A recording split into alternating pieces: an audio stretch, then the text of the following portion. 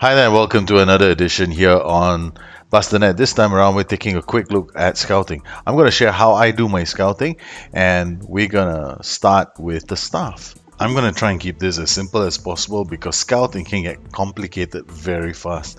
So, the whole goal here is when you are doing player development, you want to make sure that it's a system that you're using that is easy to manage. And I'm going to go through a few systems, but first I'm going to talk about the staff and the important attributes that you need to focus on.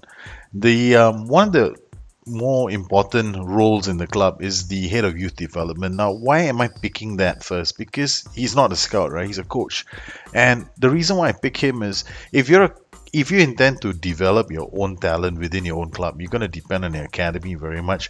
So the head of youth development plays a part in the kind of new gens that come through your club. New gens are, basically players that have been created with a model of a previous player that was in the database. So imagine if Cristiano Ronaldo retires, then there might be a new gen that is created with a different name but similar PA and potential ability of Cristiano Ronaldo. So people like Christian Speakman, they will be bringing these players through the youth academy. Now, what is the important thing about you need to focus on for a head of youth development? Or head of youth developments, there are two ways you can direct this. The first way is if you're a club that's you got no talent whatsoever in the coaching department, then yeah, you want them to have some coaching abilities like attacking or defending, and that's listed in my guide. Now here I'm only focusing on one quality here, and the first most important quality is you want personality. The best personality you can have for the head of youth development is model professional. I had one last season and I have released him because the only thing that he had going for him was personality. Now, over time, I will always change my head of youth development because as my club becomes more reputable, I want this guy to be fit the standard of my club. Eventually, I'm going to be trying to get people who can coach as well as work with the youngsters. So here in this case, I went with working with youngsters, judging PA, judging PP, that's judging player ability and judging player potential, and he had some decent determination. He's all right. I mean, for head of youth development, he's okay. But there are some really good ones in the game if you've got a high reputation. So he helps to bring in the right kind of players through your academy. So you'll start seeing regens with professional personality, which is great for training. Let's look at scouts in general.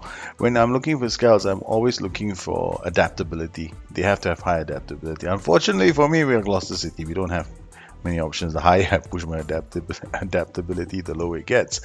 Why is adaptability important? Because of the way we're going to scout. You want a scout who has high adaptability because then he can move from country to country and he doesn't have to spend too long getting used to the country. He'll get his reports out quickly. So you want adaptability to be decent at least, and then you want his judging player potential to also be high. Now you see Gloucester City, we've got 15. At the moment I hit 15, they're gone. So we've got a few here. Let's go through them. So I got John Halley, Alan Gamil. I think that's how you pronounce it. Malcolm Crosby. So which guy do I pick? I like to pick my. I like to make sure they have decent adaptability, good judging player ability, and judging potential. So we're gonna try and bring Mr. What's his name to the club, Mr. Kenny Chaplin, and that's it. We got one, and I have room for two more scouts. So one of the thing that you want to do when you are hiring your scouts is to make sure that you keep asking your board for more and more. Why? The number of scouts you have is really important. You want to have as many scouts as you possibly can get because this is how you're going to get your knowledge up.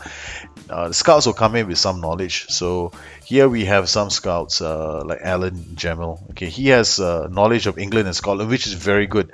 Now regionally in the UK, there are two important countries that you want to focus on: England and Scotland. The rest of the countries are okay, all right, but England and Scotland have the highest in terms of reputation, the highest reputation in the UK and Ireland. So we're gonna offer him a job here, but he wants to come in as a chief scout. Man, come on. We already have a chief scout, so we're gonna suggest this to him. He still wants to be a chief scout. Hmm, we have to give him something else. We're gonna give him a yearly wage rise, add bonus. Let's say we winning the Premier League, and we'll give him a bit more in terms of wages. And he's agreed to come in. All right, so we got some scouts. We're gonna get one more in because I want to increase the number of scouts. Here we got Jochen Gomez. All right, he's a scout with Wigan. He's got knowledge of England and Spain. When you hire a scout that has got a full bar for Spain, immediately your national knowledge of Spain spikes up. So that you also want to try and get scouts who have knowledge of countries that you may not already have. The next thing to do is to come up with a plan. So now we've got our scouts. We've got the same applies to chief scout and the other scouts. Now we talk about assignments. The next step is to focus on the assignments. The first assignment that you're going to focus on is scouting the next opposition.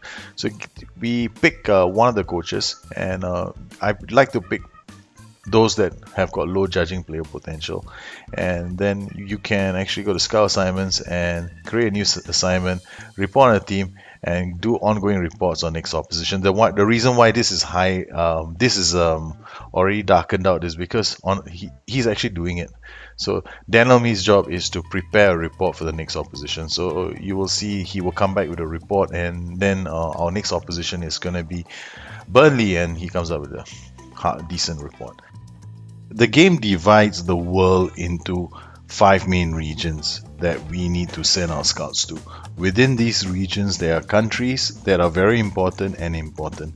Now, not every country needs to be scouted, and we don't need knowledge of every country in the world. However, we do want to spend some time focusing on those countries that are very important, and we always want to be around when their new gens pop. So it's a good idea to have scouts scouting these regions. Central Europe has got 13 countries, and I typically will assign 2 scouts to Central Europe, making sure that I have knowledge of Belgium, France, Germany, Italy, Holland, Portugal, Spain, and Switzerland. So the whole goal here is for me to have 100% knowledge of these countries. So I aim to get 100% knowledge of countries that are very important or important. Eastern Europe has 22 countries. What I do is I assign 3 scouts there to go out and get knowledge of players from those regions. Now, when this happens and my knowledge goes up, it makes available more players from those regions when I want to I want to bring them into the club. So it's important to do this in cycles. So what you want to do is have a plan whereby you send your scouts out to these regions so that these get covered. 2 ways we can do this. There's an easy way and the hard way. And knowing me, I'm going to start with the hard way first.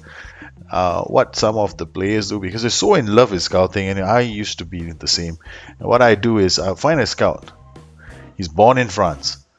So his national knowledge of France is very high. His adaptability, well, it's not going to be affected, is it? So, what I do is I go to him, and I know that I want to do a regional knowledge of Central Europe. So I send him to France. Yeah, and then I tell him, okay, I want you to pick Belgium first. So he goes to Belgium, then he goes to Netherlands, then he goes to Germany. Then I will choose Czech Republic, Austria, Italy, back to Spain and Portugal. So that's how I actually physically assign him the countries. Once he finishes, gets knowledge of the country, assign him to the next country, and to the next country, and to the next country, until he gets 100% knowledge. Then I get another scout, say he is a Italian scout, then I will send him to Croatia, Serbia, Bulgaria, Greece, Romania, Hungary, Slovakia, Austria, Poland, Ukraine. So this is one way of doing scouting, and it's very time consuming, but it's a lot of fun though, because you actually having to meticulously plan each thing out, and your scout's knowledge all goes up, the world knowledge goes up. It's very time consuming, and you need to have some. It's very time consuming, and you will need to use the notebook plus Google Maps. So you got to keep on top of 2 things. The other way of doing it, which is a lot more easier, is just to go to the chief scout and tell the chief scout, dude, I want you to send a scout to Central Europe. Then he'll send one scout to Central Europe. Then you go back to him, go, dude, I need you to send another scout to Central Europe. You pick another scout and send it to Central Europe. Or you can just go to the chief scout and tell him, I want this region to be scouted, and you specifically choose which scout you want to send. That's another way of doing it. And then the scouts will go out. What your goal here is, the moment the scouts get 60% knowledge of the region, you stop region scouting and you go country specific. So you go back to the list that I have and you pick the important countries and the very important countries, and then you tell the scout, go to these countries now. Focus on these countries. And the scout will go to those countries, and your knowledge of those countries is going to go out to 100%. What you also want to do is make sure you remember those scouts. You keep a notebook, have a notebook handy of the scouts who have knowledge of those regions, and every time you have to do this in cycles. Once the scout will definitely come back to you and say, all right, boss, I've done it. You've got 100% knowledge of all these countries, and start from the very beginning again. Go back, repeat the whole process one more time. Or hire a new scout and then send him to a new region and repeat the whole process. So you keep doing this in cycles. The reason why it's important to do it in cycles is that every single region in the world has got a date when they release new players into the system. So you want to be on hand. Your scouts want to be around during those periods so they can pick up these little gems when they come out. And what I typically like to do is I like to grab these boys as early as 16 years old. I've had 14-year-olds, 15-year-olds as well in a long time ago. I haven't had one for a while now, but 16-year-olds, I'll grab them immediately, I'll bring them into the club, and I'll sign them when they're young. And this gives me a great opportunity to develop these boys early so that they can learn their PPMs. I can tutor them, adds value to my whole club, and makes me a force to be reckoned with because of my scouting network. It allows me to actually grab players very quickly. It's something I depend on a lot in this game, especially when I'm playing LLM or I want to overachieve. Overachievement requires you to have your finger on the pulse of the game whenever new players are released. And a lot of the time, I actually take my scouts' recommendations for signing players over. Now, in my book, I will also talk about the star method of scouting. Before I get into the star method, I need to explain what happens when your scouts go out. Once they go out, they're going to expand your knowledge range. When you expand your knowledge range, all known players increases. Then we're going to have recommendations from the scouts. Typically, sometimes all you see is this. Okay, recommendation scouts. It's going to look something like this. But because I'm playing the game where I'm scouting players like crazy, all right, we're going to see this as well. I'm going to see players with high potential and current ability.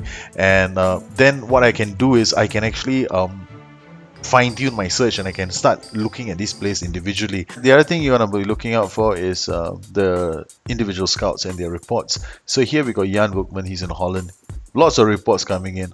A lot of players are 100%. I think there's a bug in the game where I can't see the stars for potential ability and current ability for these kind of individual reports. So I do go in and take a deeper look at these players, and I make decisions on whether or not to bring them into the club.